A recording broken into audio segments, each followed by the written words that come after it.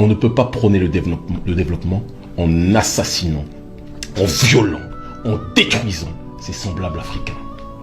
Ce que Kagame représente à l'échelle africaine, quand j'entends des prétendus penseurs africains, des prétendus responsables politiques africains chanter les louanges de Kagame en disant que Kagame est un grand, Kagame est un géant, alors que c'est un des plus grands oppresseurs vis-à-vis de son peuple. Il faut voir comment le prolétariat rwandais est traité d'un côté, et il faut voir ce qu'il fait en RDC. Kagame est un cauchemar pour les Africains lucides. Un criminel politique, je le dis et je l'assume. Et j'espère qu'un jour il sera traîné devant les tribunaux pour le chaos qu'il fait opérer actuellement et depuis un certain nombre d'années en RDC.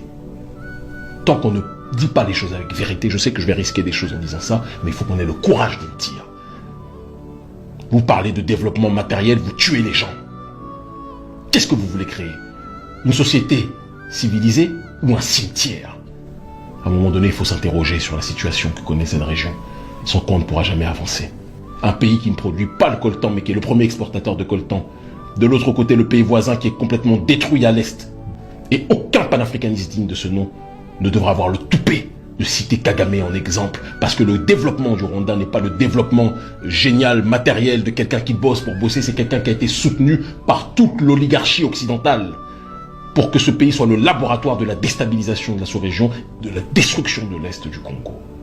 Donc on ne dit pas ces choses, tout le reste c'est de la périphérie argumentative. Je suis désolé de parler avec le cœur, mais il était important de rappeler ces éléments fondamentaux.